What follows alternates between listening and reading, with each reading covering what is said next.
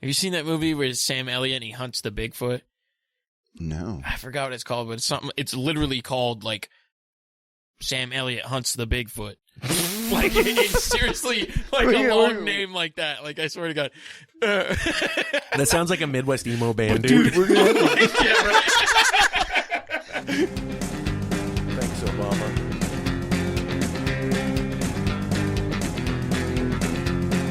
Bacon cream pies in your mom's eyes. Bacon cream pies all the time. Nobody's seen my shoe. I hate tomatoes, but I love ketchup. Can't find it. I'm looking That's just everywhere. a thing, and it's not even true. Please, I have to drive When I home. think about you, and I have to say Had an edible it was earlier. hard to leave you I think I'm alone. gonna shit my pants. Please, God, help me leave you alone. Today we're joined by a special guest. We have historic race car driver Dustin Andersen. It's a 1928 Model A, correct? Yes, sir. Yeah, we're with the original steel-bodied two-door sedan. We're running on a custom Redman Racing chassis. It's our first one that we built in-house.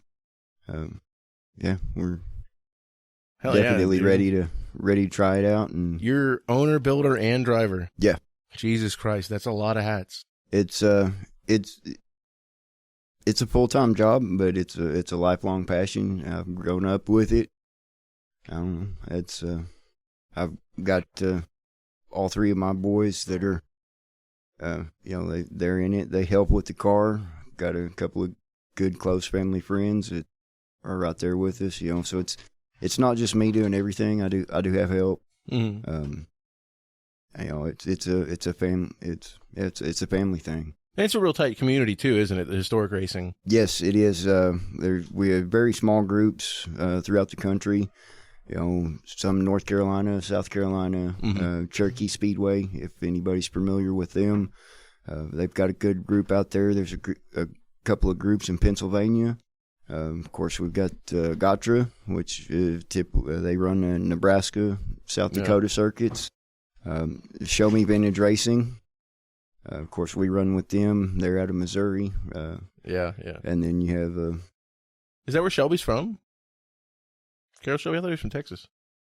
Shelby is from Texas, yeah. Okay. Yeah. But then we have Oklahoma Vintage Racers here in Oklahoma, and Red River Vintage Racing. We run with both of those groups. And I know guys from here to Canada and Pennsylvania. It's a beautiful culture. It's a beautiful community to be a part of. Oh yeah. All right.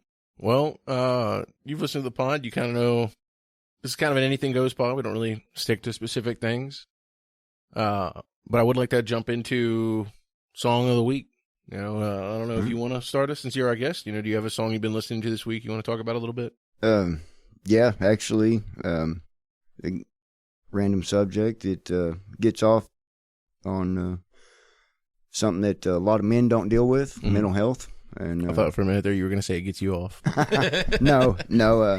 We were all raised as men, as little boys, don't cry, rub the dirt off, get up. But I think Dax has come out with a really good one, To Be a Man. Yeah.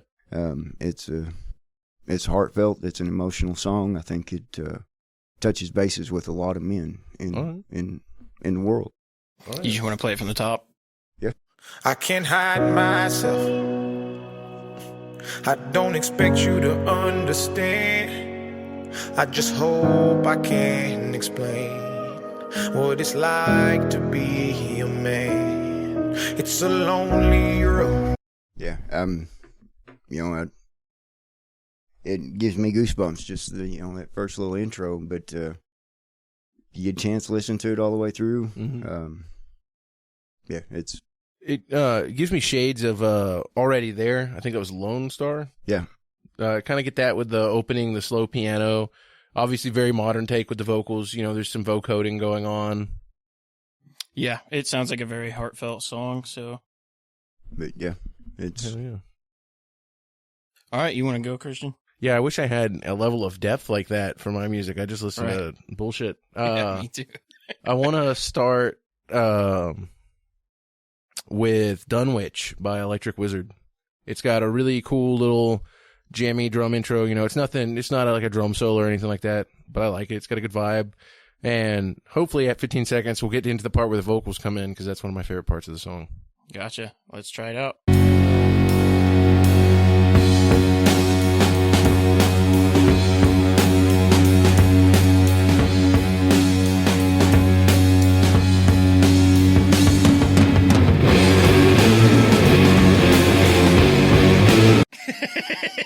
That's all we get, but I really love the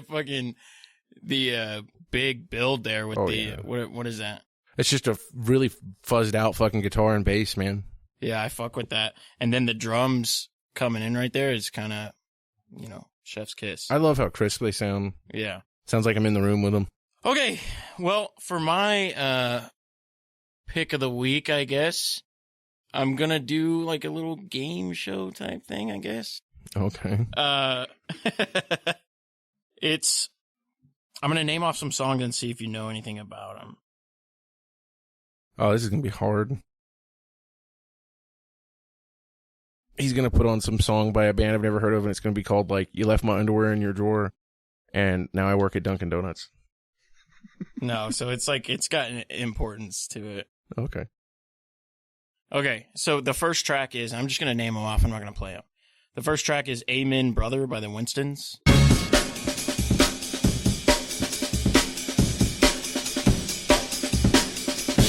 Ooh, good one. You've heard it? I got a lot I could talk about in that one. Actually, Okay, yeah, go for it. It's the Amen break, man. It is the single most important drum break that has ever happened. Like, the entirety of electronic music is based around that break. So you know exactly what I'm talking about. Yeah. I'm going to go through the next four, but he definitely caught on the first one. Oh, that's yeah. Think About It by Lynn Collins. You don't know that one? Nope. Change the Beat by the female version by B-Side, I think. No. Funky Drummer, James Brown. Absolutely. Yeah, Absolutely. yeah. Right. Every fucking hip-hop band has sampled Funky Drummer. Yeah. And then Lottie Da Dee by Doug E. Fresh and Slick Rick. I am familiar with it, but I don't know as much about it as I would Funky Drummer or my Right. men. So these songs are the most sampled songs in history based off of just a Google search. But Amen Brothers got 6,147. And that's honestly not even close to the true number. Probably not, right? It's the foundational beat for EDM. When you think of that. Yeah. And then Think About It is 3380. Change the Beats 2659. Funky Drummer 1789. No way, right? Yeah, Funky Drummer way more, dude. And then Lottie Dottie at 1101. But those are the top 5 most sampled tracks ever. Yeah. Right. And I looked up some of the sampled tracks, but here's one. This is like an honorable mention. I mean, you could just look at like Express Yourself by NWA. Right. Yeah, yeah. That's one of my favorite examples. But let me It probably isn't one of those songs, this and I want to look like an idiot. It's not off the top 5 sampled, but this one's at like 487 samples or something. Yeah. That's recorded. But this is the basic song.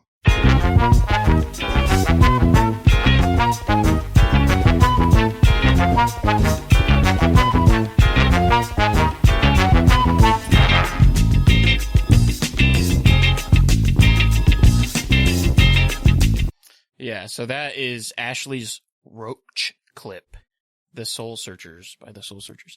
So yeah, I thought that was a cool beat. Yeah, man, it was very Parliament-like, you know. Yeah, it reminded me of the late 70s disco. Yeah, I think it came out in like 72 or 77, something like that. Pretty big range of dates there. Well, in the 70s is what I'm trying to get at. We're I not, can't remember if it was a 2 or 7 in my head. Yeah. But I might be wrong. Maybe it's 75. Yeah. It's somewhere in the 70s. Yeah. It's before fucking proto-punk, but after R&B. Hell yeah. All right, so I got some questions for Dustin.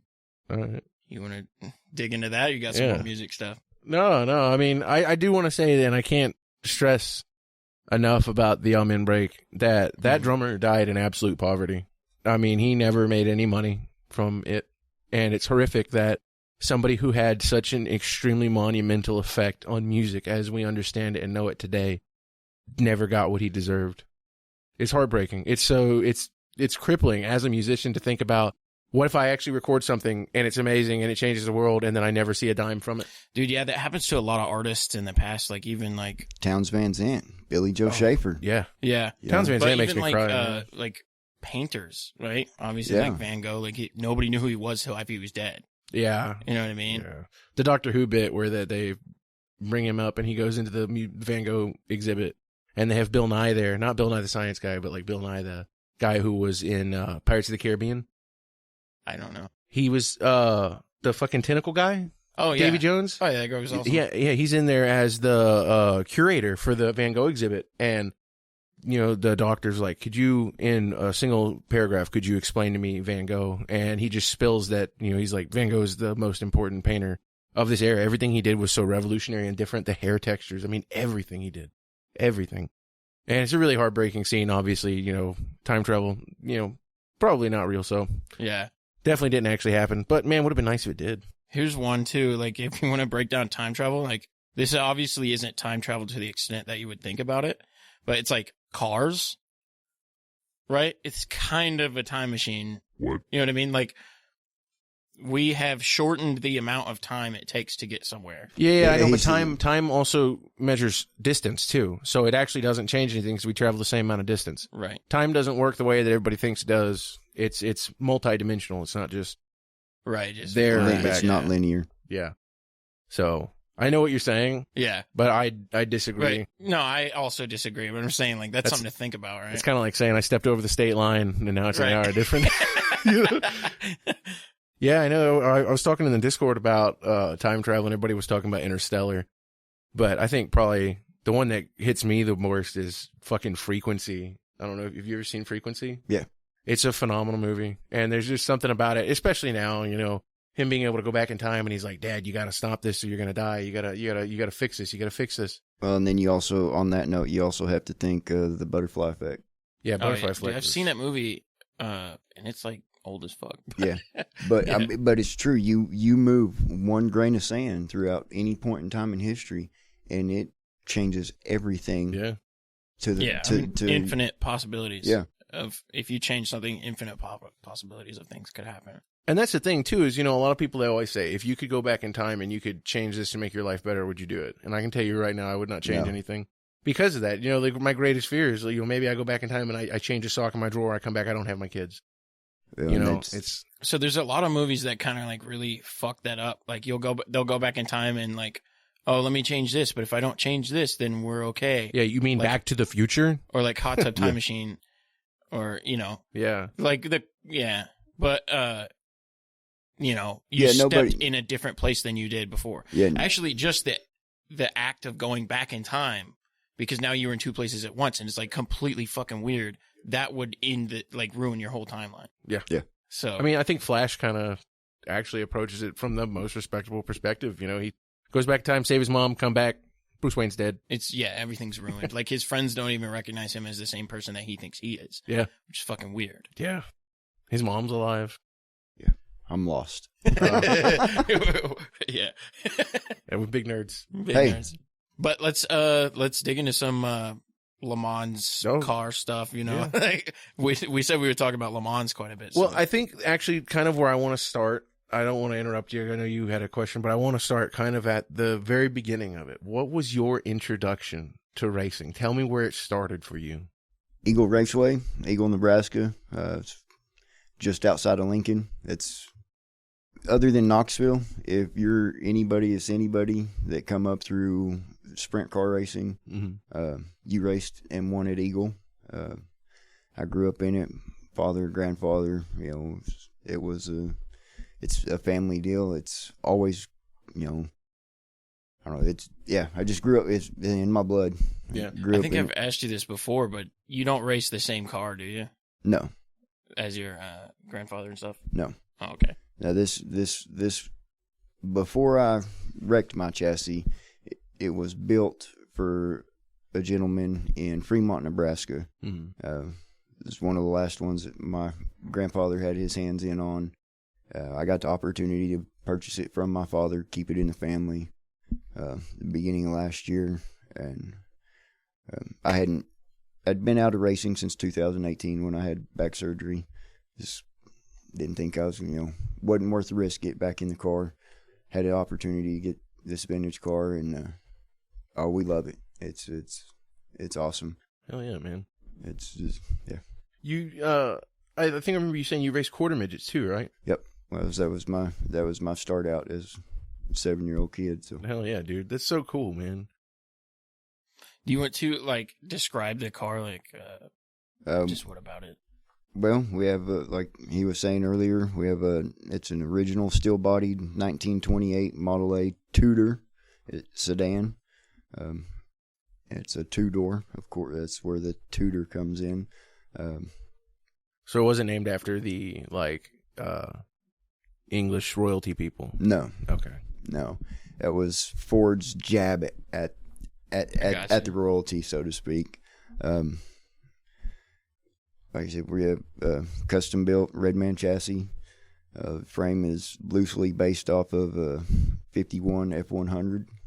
Hell yeah. Running a solid I-beam front axle, quick change rear end. It's a 9-inch? No, it's actually the original design was based off of the Ford Banjo rear end. Okay. It moved the input shaft to the lower section of the stick, and it actually runs all the way through the case to another set of 2 gears in the back. Is that similar to the Torino axle? Yeah, and of course, if anybody's seen it, the most iconically lately, Ford versus Ferrari, there's a great scene when they take off with Mr. Ford in the GT40. You can see in the back there is a rear cover. It's got 2 yellow covers on it, and then 8-bolt perimeter cover. That's a quick change center section. You have a base ring and pinion, and then I've got two spur gears in the back. Makes it 5 minutes. We can change the gear ratio. Oh yeah. And do you ever run separate sets for qualifying versus racing? Oh yeah. Especially you have your different track conditions at qualifying, your hot lap sessions. Yeah. It's typically a real muddy, real sloppy track. So we try to drop the gear ratio. Bring it up, drop the numbers down. Depends on the track. Say a 3/8 mile medium bank track, typically run about a 6:18 for hot laps. Sounds like a tractor pulling, man. Well, 7,000 RPMs. Yeah. It's we keep them wound tight. Of course, running. I personally am running a L30 327, 375 horse 327. Not much, but I mean, yeah, but the car doesn't weigh anything. No, especially Well, believe it, a lot of people look at our cars and they think, "Oh, those are really light." We have to weigh 2750. Jesus Christ! At the end of the race, when we roll across the scales at the end of the night. Are you allowed to refuel before you roll across the scales? No, you have to. You pull off of the track, and that's. Jeez, as soon as you roll across scales, and then typically right into the tech area, and that's a tough gig. I know at Le Mans they don't. I don't know if they change the gears, but I know that they'll actually detune the motors. So on qualifying, especially during the Group C era, I think most motor racing fans would know the scene of the Sauber Mercedes doing backflips going down the Mulsanne Straight.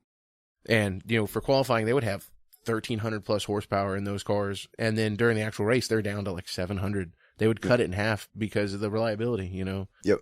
And with ours, when Le Mans, the 24 hours, Le Mans, Daytona, what they run in 24 hours is the equivalent of 250,000 miles on a daily driven vehicle. Yeah, it's insane. And with ours, we hope to get an engine to last all season. Mm-hmm. Sometimes that doesn't happen. So it's not like drag racing, then you don't have to rebuild after every race. No, it's there's a very strenuous preventative maintenance that goes into it. You constantly checking leak down, compression. Try to build our cars wreck wise. Rubbin's racing. We're not like the Le Mans guys, Formula One, where you touch and the car's destroyed. Granted, my car, we run a vintage super late model of what essentially been the predecessor to the modern day sprint car. Mm-hmm. We're open wheeled, but we've got Nerf bars. We still, Rubbin's racing. So we try to build the chassis where you can bump and push on each other and it'll take it. Now there's always, track's always rough. You're beating on this equipment that wasn't designed to take anything. So there's weekly you've got something that you've got to check or correct every week. It's part of it.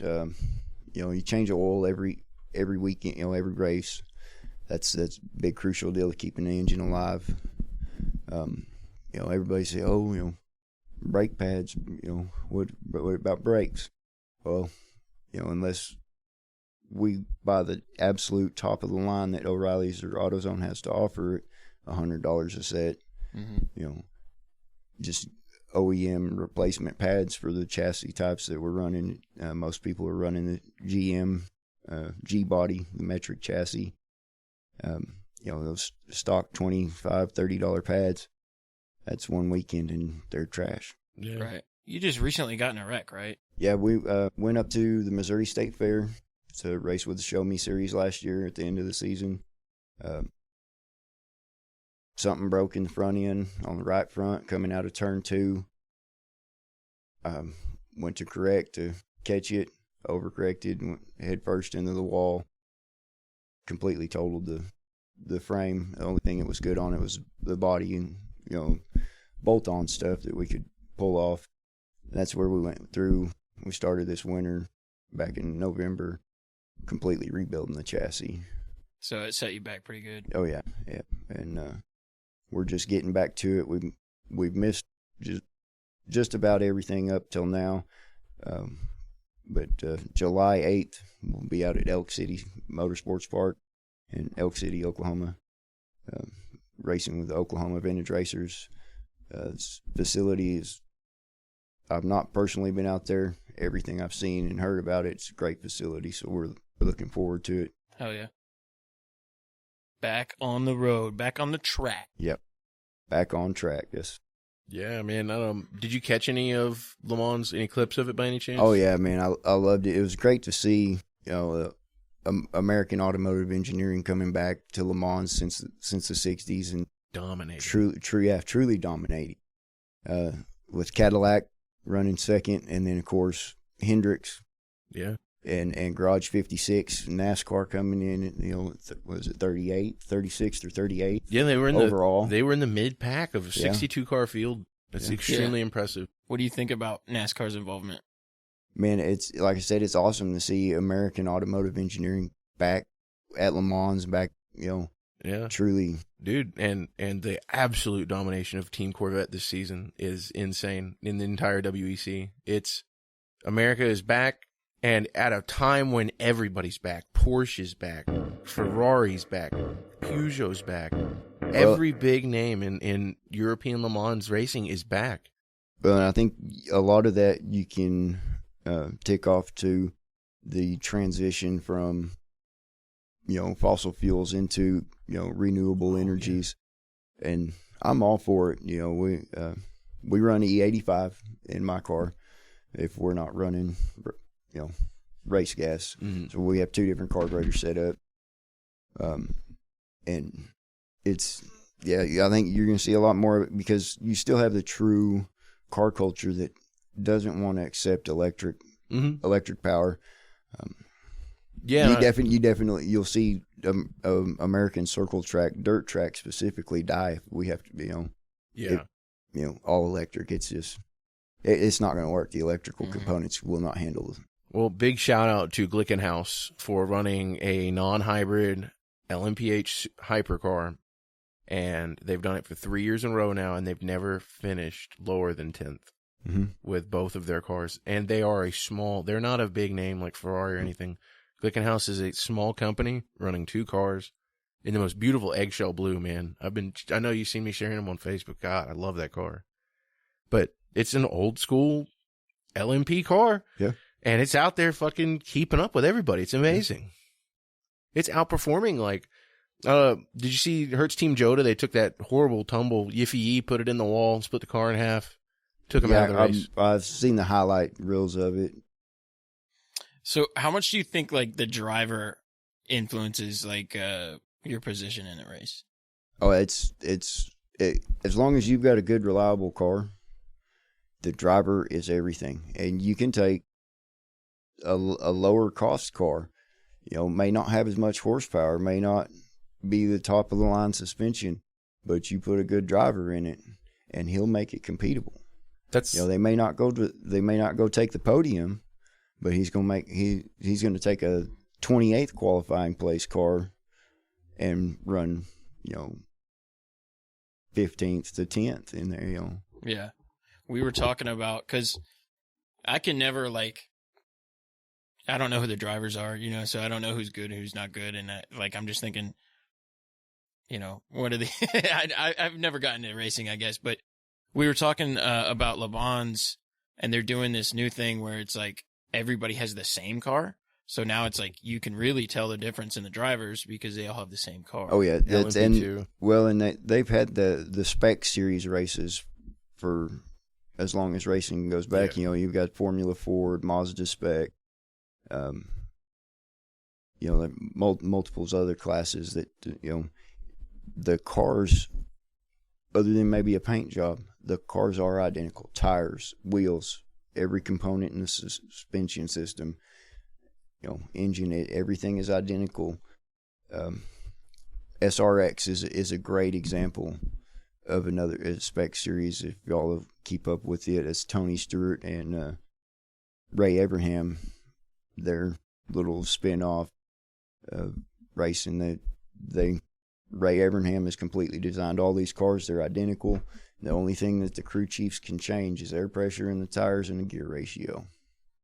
Oh yeah, yeah. I think everything else in the car is identical from one to the other, and the driver is the only difference.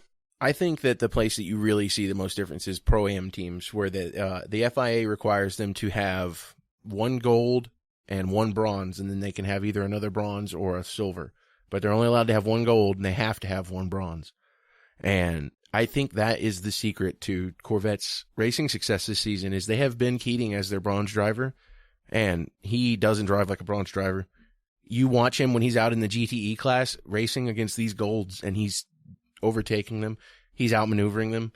I mean, it's every one of the drivers. They had Katzberg. I was watching him at Spa. You could see he was an old touring car driver for sure, man. They do the stock car thing. They body block hard in the corners. And normally, specifically with the gentleman driver style racing, they're very against a lot of that. They see it as inappropriate behavior.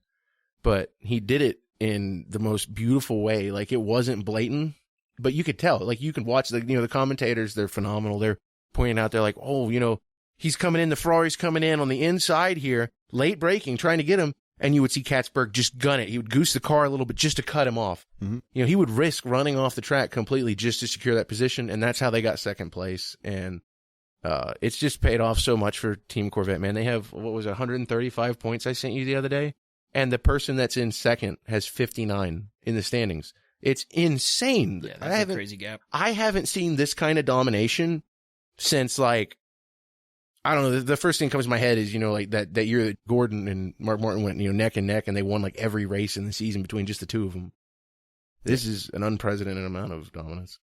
Yeah, and it's, like I said, it's great to see American automotive engineering, specifically General Motors. We have a Ford body, but it's all Chevrolet, GM, bow tie power drivetrain. So.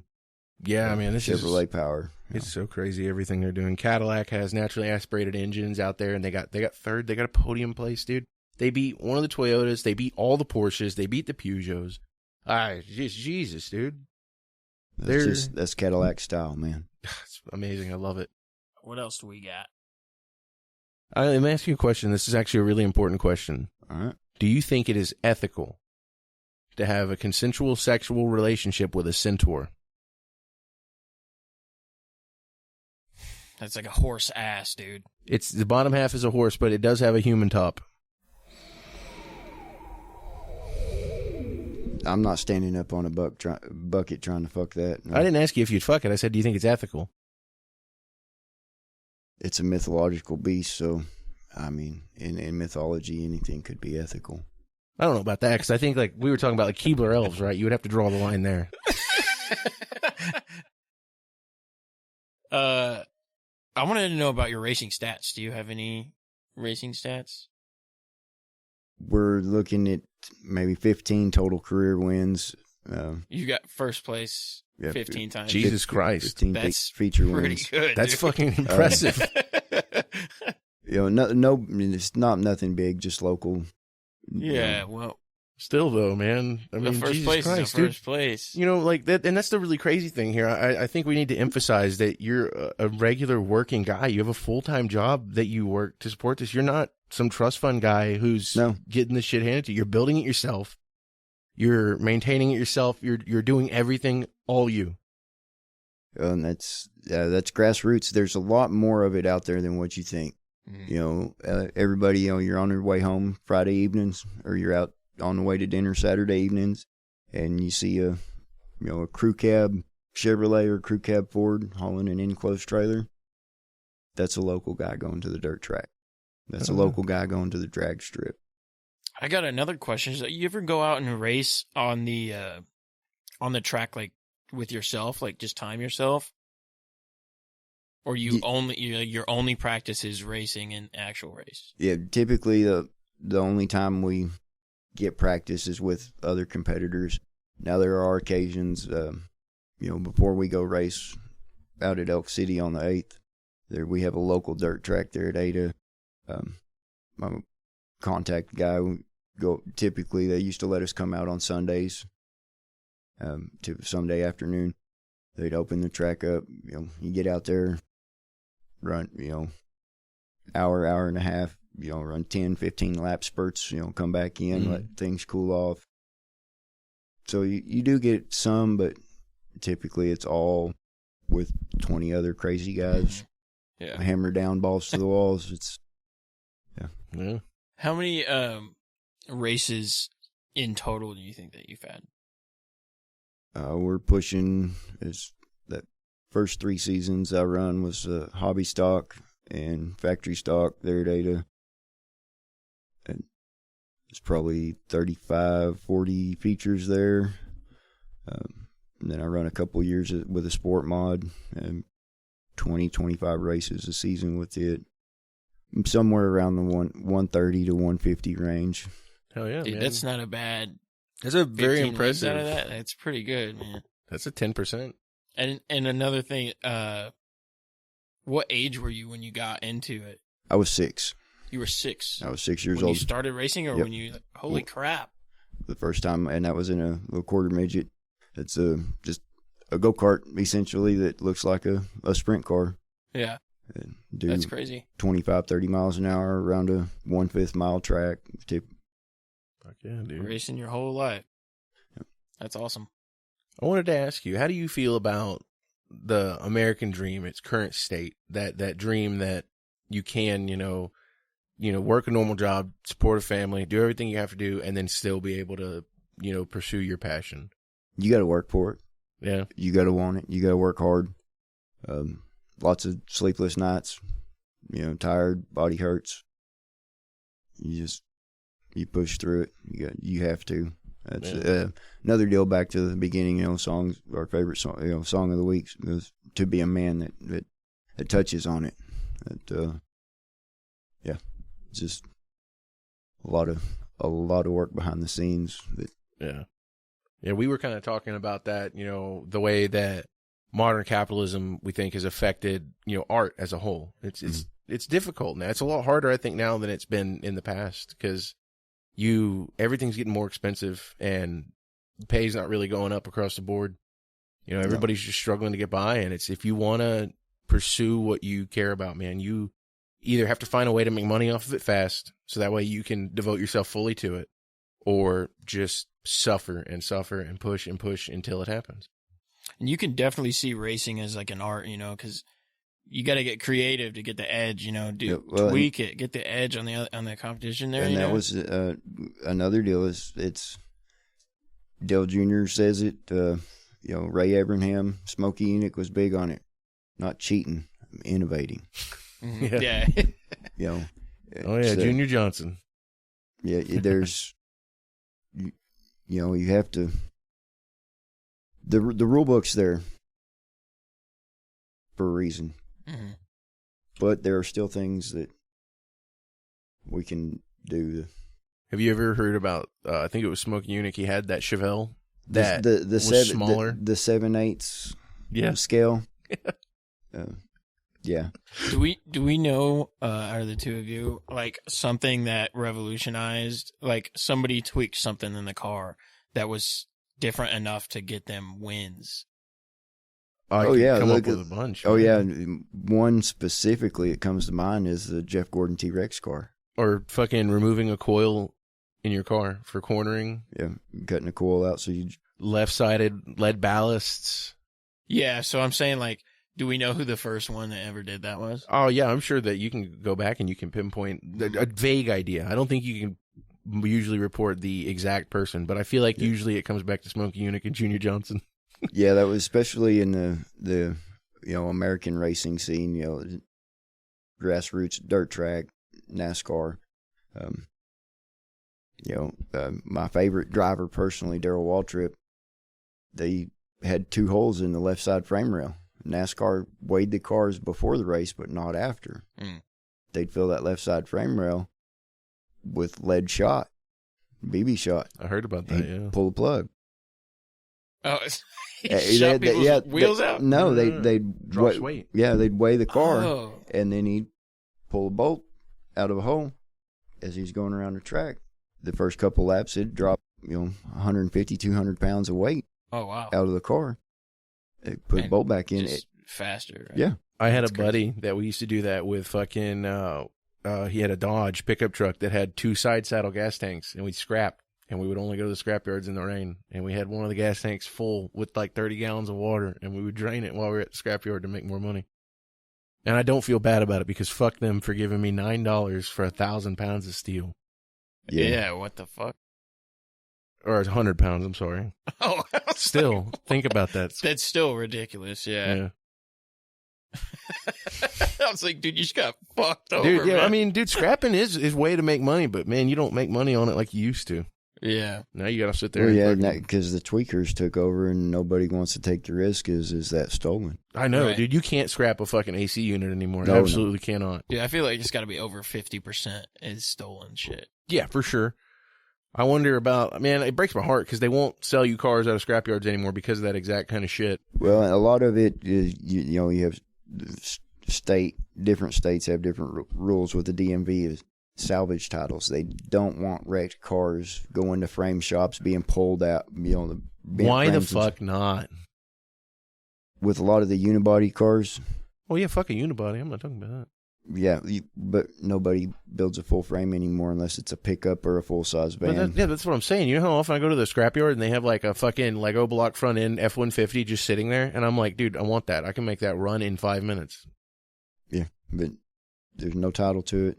And, a lot of states aren't issuing registrations for salvage title vehicles. Oh, yeah. That's the biggest part of it. It's a bummer, though, because of stuff like, you're familiar, I think, with the 24 Hour of Lemons. Yeah. And, the Gambler 500 and, all the different racing events like that where they set a very low budget. They want you to bring the biggest piece of shit you can find and try to compete. And especially with the used car market like it is now, I don't know if you've looked lately, but, dude, like, even just a regular piece of shit Toyota Camry that's got a misfire. 10,000. Yeah. What the fuck, man? When I was 20 years old, I bought a Fox body that had a 2.3 in it for $600 from a car lot. Yeah. Thanks, COVID. Yeah, man. What the fuck, dude? You can't buy anything anymore. Thanks, It's all COVID. Obama's fault. Yeah. Obama.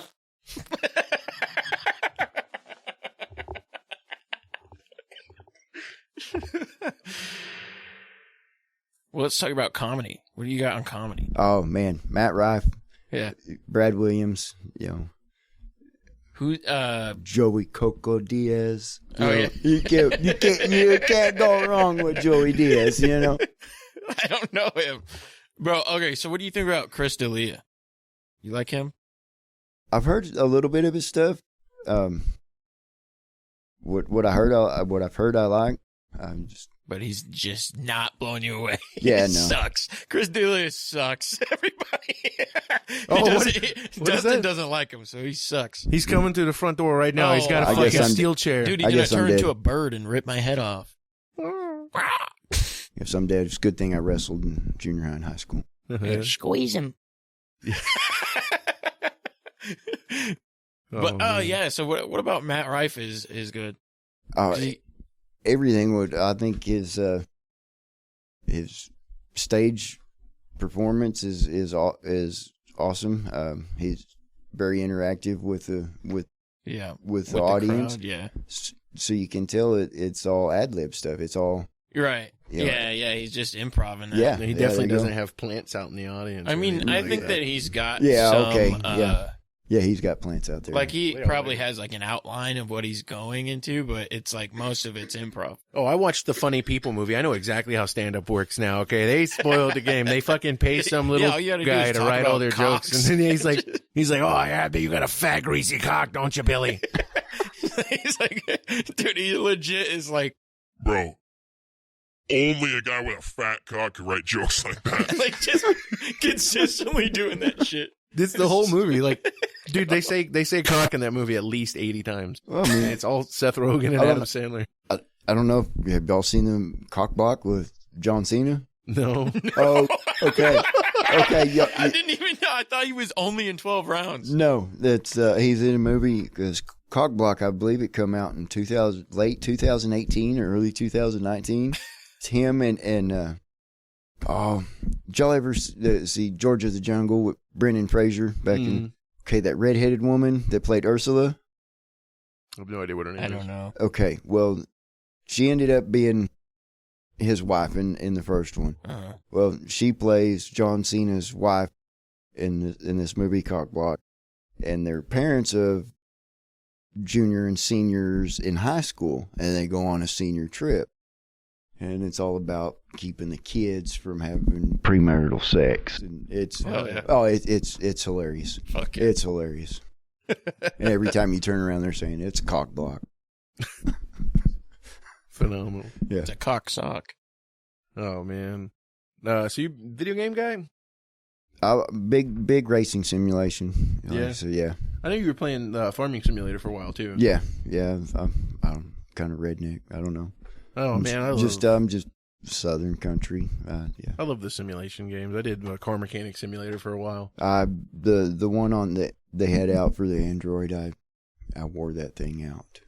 You ever played Goat Simulator? Yes. I never played it, but It's actually it a was lot of like fun. so popular. We have the Goose game, too, and it's very similar. It's great because you can, like, fucking just terrorize this gardener until he commits suicide. Jeez, dude. It's getting dark, man. Oh, it's dude. fucked That's getting dark. It's great. I just like growing trees. Oh, man. Oh, what do you think about who's the black guy that's super unhinged? That's a comedian. Eric Andre? No, but that Dave guy's Chappelle? hilarious. Yeah, Yeah.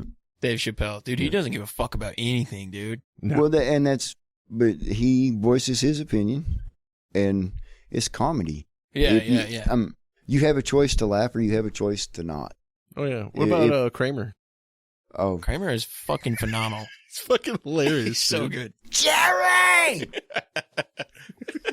I don't know if you guys seen the memes going around where it's him with the red light. Jerry's like, what's going on in there? And he's like, it's the eye of Sauron, Jerry. It's so funny, dude. God damn. Bro, I saw one. It's fuck, man. I can't remember anything. I think of it and then I'm like, fuck me. Yeah, you gotta stop smoking Yeah. so much dope, I dude. seriously have a brain aneurysm. Like I probably have cancer in my brain or something. You got to start writing it down. You're just getting old. I know. I'm 24. I'm gonna probably have Benjamin Suckman's disease, and I'm gonna die in Oh no, dude, 24 years. I have a little notebook in there beside my bed. Got to keep notes, man. Got to keep notes. Hey, man, getting old's tough, dude. I'm starting to lose all the hair in the front, and I hate it. It's all thinning out. Yeah, And now I have no comment on the hair loss subject. Dude, I got it too, man. It's bad. Yeah. I refer to it as helmet head. It's widow's peak. Yeah. Of course, it's where helmet and your hat. If you wear any kind of a ball cap, hard hat, racing helmet, football helmet, they all rub right there. I've never seen you without a hat on. Dude, yeah, it's like. I'm but pretty I have convinced that you take showers with them on. I'm the hat guy, and they all smell like ass. That's just a hat thing, though. I think that there's nothing you can really do. Because if you try to wash hats, they just start falling apart. Or it makes them stink worse. Yeah. I had that happen, dude. Yeah. Yeah. It's like hats just stink. It's like the arm on your glasses. It's going to smell fucking weird. I don't know about that. The arm on your glasses don't ever smell like fucking dick cheese? No, they don't. Oh, well, my ears, they secrete some kind of gunk, I guess. Good God. No dick cheese in my ear. I think I sweat enough when I get hot that I have my own personal shower. Oh, so dude. If I don't have my hair up, man, it's just like a constant waterfall. Oh, yeah. It's bad. Garbage.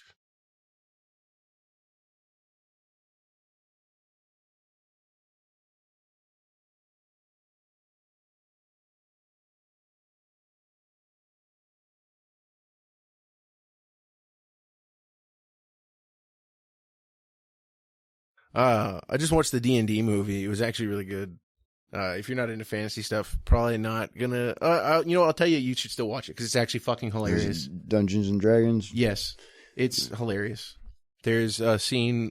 I'm not gonna spoil anything, but there is a scene where they reanimate a corpse, and they end up having to do it quite a bit because he keeps wasting the fucking questions. He's like, the guy wakes up, he's like, huh! And he turns around and he asks the other guy, he's like, "Do you think it's working?" And the corpse is like, "Yes." So the way that Speak with Dead works in D&D is you only get 5 questions. After that, it's done. So he just keeps wasting his questions, and they have to go dig up another corpse and keep asking it. It's so fucking funny, dude. What do you think about Jeff Dunham? Dunham. Do you like him or no? Oh, as I think he has led the way for ventriloquism, or however you say that, to come back into main. Great. It's great. Him? Yeah, I relate a lot with Walter. I'm not a fan. I think he's fucking creepy. I don't like the puppet thing. It's weird. That weirds a lot of people out. Yeah. And if puppets are just there and there's not a person around, I'm good. I'm good. I grew up reading R.L. Stein. I know about Puppet Man. Have y'all ever seen the lady who is dressed like Kermit the Frog doing a bit where she's a puppet? No. It's a stage performer who was doing like avant-garde art, and she's just up on stage in Kermit trying to sing the "It's Not Easy Being Green" song while getting fisted vigorously. Dude, that's something that I don't want to see. Yeah, it's hilarious. Here is I'm untouched by the scenes of Two Girls, One Cup, never seen it, and One Guy, One Giant, never seen it. Man, you didn't spend enough time on the internet as a kid. No, I knew it existed. But I was just like, you know what? I don't want to see that shit. That's where, I grew up in the beginning of the internet craze where we had, before YouTube, it was stupid videos and rotten.com. Oh, what the fuck, bro? I don't even know about those. Okay. You're like a baby. Okay. Well, rotten.com is stupid videos was before YouTube. Oh yeah.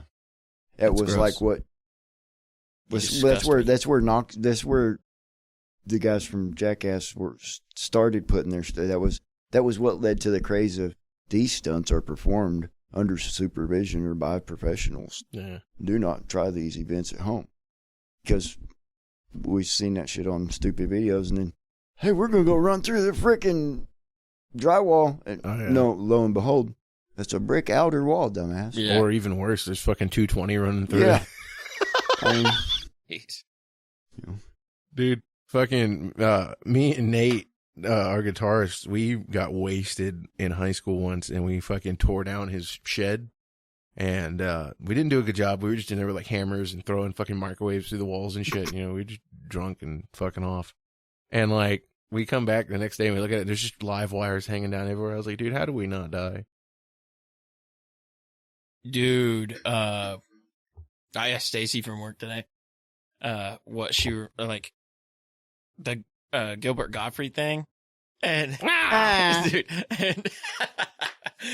and she was like, "Oh yeah, I remember him. The only thing I can picture him as is this principal from what? It's a movie. It's like a kid. It's like Bad Kid or something like that.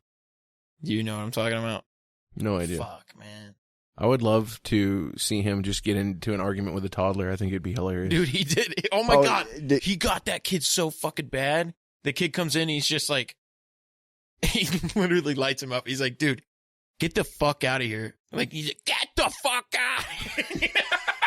And it's like young Gottfried. And then the kid's like, bro, I don't give a fuck. And he like shits in his office. And he's like, bro, you are too smart to be in your grade. That's what he says. He's like, oh, you're too smart. You can't. He's like, what grade are you in? And he's like, oh, whatever grade. It's like on the bottom. He's like, you're way too smart. I'm going to bump you up 2 grades so you get the fuck out of here sooner. And the kid leaves and he's like, man, I should be shitting in people's office more often. It's stupid, man. Yeah, it reminds me of in Click when he's got David Hasselhoff as his boss and he fucking freezes time and he's just up there, he's shitting in his face. He's like, there's something wrong with this salad. Yep. Oh, dude. Adam Sandler, man, when he's funny, he's funny. But when he's not funny, it's like, bro. I'm kind of excited for the Happy Gilmore thing that he's doing. The reboot, yeah. I didn't know anything about that. Yeah, well, so I think, guess he's gonna... what was it, Unsold Gem? Uncut Gems. Uncut Gems. That I didn't think he could truly be a serious... Oh, fuck that movie. Reign Over Me. He is a survivor of the 9/11. His family, his wife and kids were on one of the planes.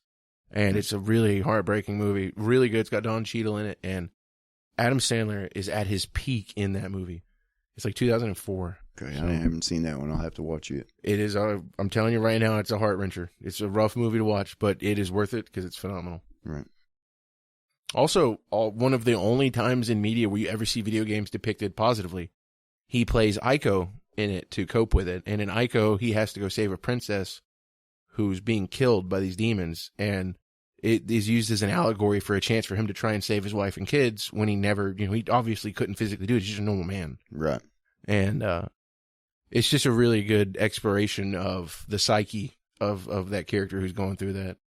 And I wish Adam Sandler did more roles like that because he was just so good. So good. It's crazy. You think it fucks with his mental health having to put on that face as like a comedian all the time? Definitely, yeah. I mean, I think that's kind of the point of the Funny People movie, Yeah. Well, and I don't know, kind of like with Robin Williams, I think that is their way of, if I can make somebody else laugh, then I don't have to deal with, That was, rip to a legend. That was one of the things about Funny People that was fucked, because Seth Rogen's like, after Adam Sandler goes up and does his depressing stand-up, he's like, what's next? Is Rob Williams going to come out on stage and slit his fucking wrists? Oh yeah. And it's like long before he... Yeah. No, Probably not long before. Wait, no. It was definitely long before, because he died in like 2014. And that movie was like 2006. Yeah. So yeah, they fucking... Yeah. I don't think it was a secret, though. I think everybody knows, it's... Well, you look at all the great comedians throughout time, Chris Farley, man. He was my favorite. Yeah, I loved him, man. And in a van down by the river! He fucking paved, like, my fucking humor. He paved the way for that. For that, just that goofy physical... Yeah, dude. He's a killer. Oh, bro, and in Black Sheep, like, I just thought of this. Joking, smoking. Doing little dance. Dude, that whole, Tommy Boy and Black Sheep. Tommy Boy. It doesn't get any better than... So, what did you think of it's the one with the Great White Ninja, Beverly Hills Ninja. Yeah, Beverly Hills Ninja. Oh, man. That's another iconic early 90s comedy. I love that movie, dude, and he just told me, like, that's the last one he made before he died. That movie actually killed him, yeah. That's fucked, man. Yeah, he was battling a lot of demons. You know. Oh, dude, yeah, it was the fucking coke, The whiskey, yeah, and fucking food. I mean, you know, And it's then- crazy though. and then he 'cause- lost his deal at SNL. That was, you know, another big, you know, killer for him. Yeah, Oh, they like fired him off at SNL. Mhm. Oh. because of the addiction. Oh, I And that got was- you.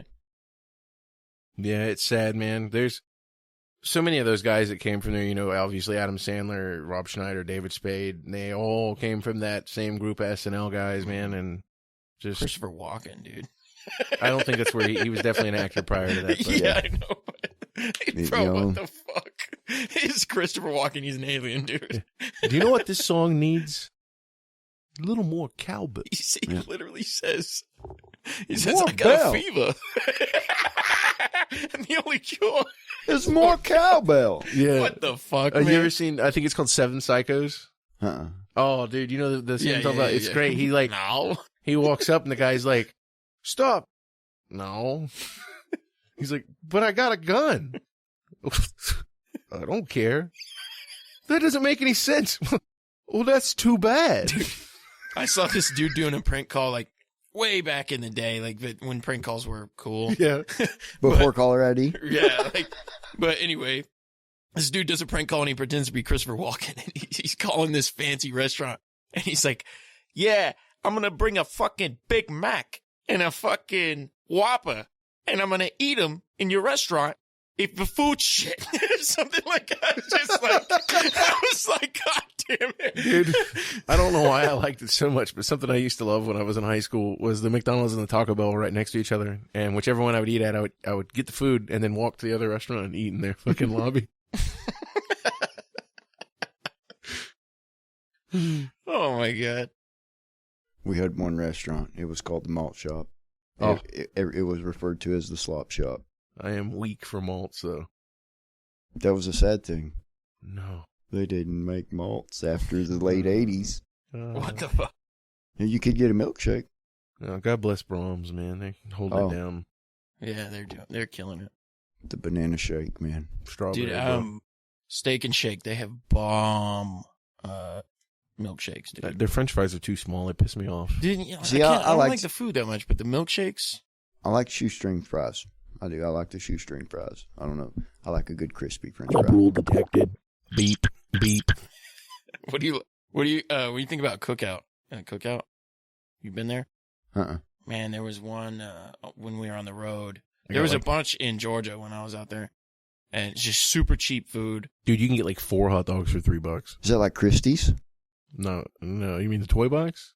No. Yeah, what are you eating over there? He's like, Yeah. he goes, can I get a foot long? No. Chili cheese dog, please. No. No, it's the White Castle knockoff. Oh, Yeah, no. yeah. I've seen those. Oh, yeah. Crystals. Crystals, there, yeah. Yeah, I crystals. love- Crystals. That's where you get all your meth needs. Dude. No, yeah. I mean, they're Jack's. They're all over the place, and I love them because you can show up at 2:00 in the morning and get 24 little mini burgers. Oh, you know? yeah. Dude, that was...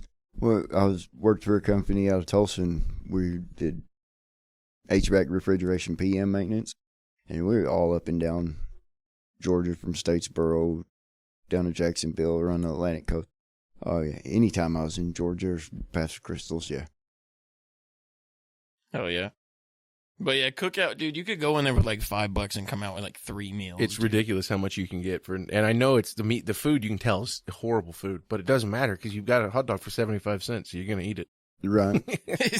It's not terrible though, you know. No. It's edible. Yeah, it's like Bar S. It's like they throw Bar S in a fucking gas station roller and they give it to you.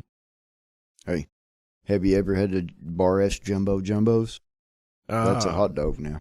You ever had the 7-Elevens around here don't carry them, which is weird, but back home they have Bahama Mamas, and they're like a fucking half-pound hot dog. They're massive. I've seen those, yeah. But you bite into it, it sprays you in the eye with Oh. boiling hot liquid, Hell yeah. and it's an experience. They're delicious. I probably ate some of them, you know, traveling across the country. You know, a lot of gas stations. So I actually did the math. So when I was on the road, I would eat hot dogs every day.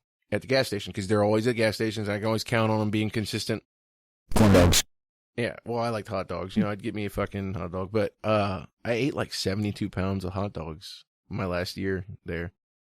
I did the math on it because they're all quarter pound, half pound dogs. And I was like, Wow. yeah, I definitely have colon cancer. That's going to fucking kill me. Big dog, big glizzy gobbler, dude. Yeah, dude, I am the glizzy goblin. I fucking...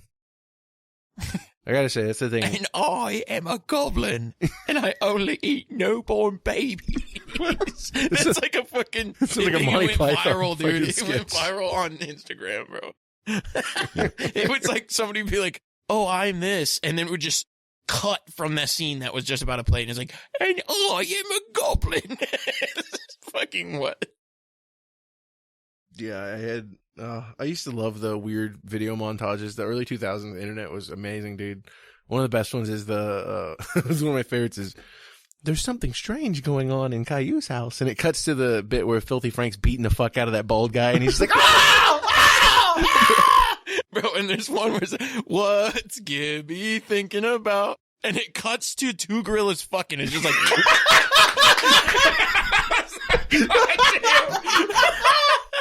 bro, Gibby, can you stop, please? Did you ever see the Spider-Man butt drum thing? No. Oh, man, I'm going to blow your phone up later. Yeah, dude. Go shit scene. Hey, you gotta send him the donkey show. Yeah, dude. Fucking guy over here talking about Mr. Hands. Fuck. If you don't know what that is, get on your phone right now. Do yourself a favor and Google it. Google Mr. Hands video. You're going to love Talking it. to me, you're talking to people on the pod. You can do it right now. Yeah, do it right now. Okay. Okay. Come on. You're going to probably want to be in incognito mode for this one. Okay, then I'm not doing it. Oh, okay. For those that aren't in the know, Mr. Hands is the video that went around the internet in the early 2000s where a man got fucked to death by a horse. Oh, I really don't want to see that. Yeah. Yeah. He was a fucking head engineer at Boeing. That's awesome. Yeah. How does somebody that smart die that way? I have no idea, dude. That's why there's warning signs on everything. It's gotta be. Yeah, they got all horses have to walk around with like They a fucking put a letter on their sign neck. They put a sign Don't up in the fuck Boeing the warehouse. horse. It's just like, yeah, Don't go near the there's a closet. horse about 3 miles west of here. Yes, stay clear. Do not go west at all. You are forbidden to go within 3 miles of this horse. So Yeah. you're like right, you're And right in the definitely, line. whatever you do, don't cover yourself in estrus first, okay?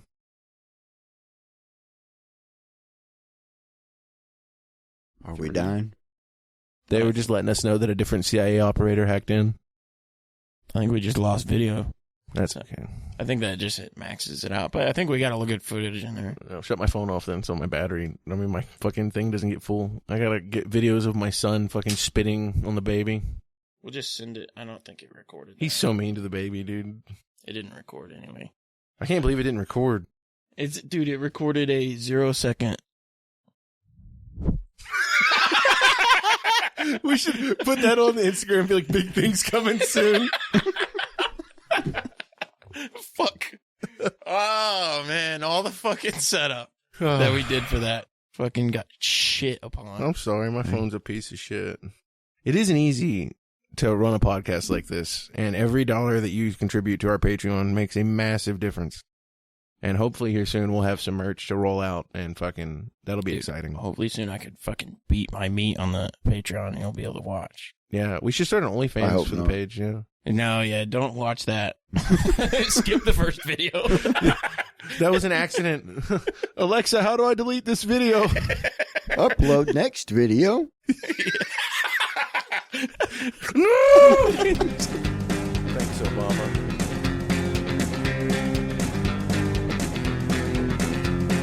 Bacon cream pies in your mom's eyes. Bacon cream pies all the Somebody see time. my shoe. I hate tomatoes, but I love ketchup. Can't find it. I'm looking That's everywhere. a thing, and it's not even true. Please, My I have to taste drive when I home. think about you, and I have to say Have an it edible was earlier. hard to leave you I think I'm alone. gonna shit my pants. Please, God, help